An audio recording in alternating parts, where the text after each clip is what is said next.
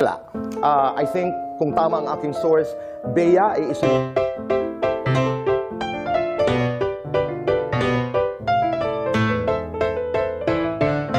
Pag-alis kung tama ang aking source ay naghiwalay na sila Bea Alonzo at Dominic Roque, binalik na ni Bea Alonzo ang engagement ring ngayon ako ang una isang. Malaking confirm na hiwalay na si Bea Alonzo at Dominic Roque kinumpirma na ng GMA Network at specially ang isa sa kaibigan ni Bea Alonzo na si Tito Boy Abunda.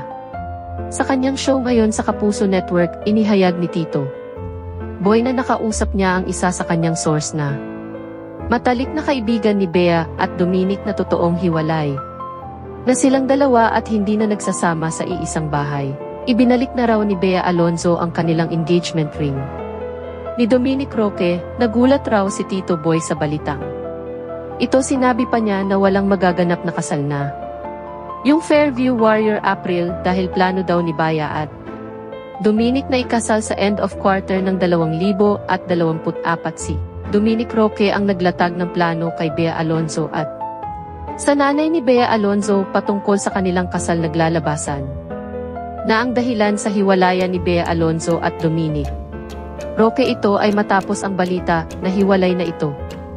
Hindi naman nakaligtas ang nanay ni Bea Alonzo na isa sa tinuturong dahilan kung bakit naghiwalay si Bea at Dominic. Dahil hindi raw umano ito boto kay Dominic ayon daw. Sa balita na una pa lang ako ay hindi boto ang ina ni Bayan dahil sa mas mayaman si Bea Alonzo kaysa sa kanyang boyfriend na si Dominic. Kamakailan lang nang makorner ulit si Bea Alonzo ng media kung saan tinanong ang aktres kung hiwalay na ba sila ng kanyang fiancé na si Dominic ay sinabi nito na no comment ako sa hiwalayan issue nila ni Dominic at sa kasal nila. So silence means yes at nagkatotoo na nga natutong hiwalay na si Bea at Dominic Roque. Isa pa sa dahilan ng kanilang hiwalayan ang paglatag ng plano sa kasal at sa magagastos sa 5,050 split ng hati-on sa kasal. Umano ng dalawa, hindi umano sinang-ayunan ni Bea Alonzo ang proposal sa kasal ni Dominic Roque na nauwi sa hiwalayan.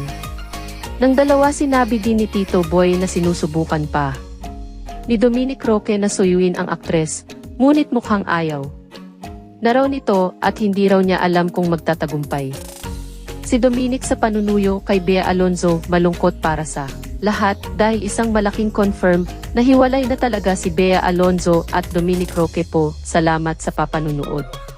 Ano ang masasabi mo sa balitang ito? Comment mo sa ibaba. Huwag kakalimutan i-like, subscribe ang video na ito. Maraming salamat po. God bless.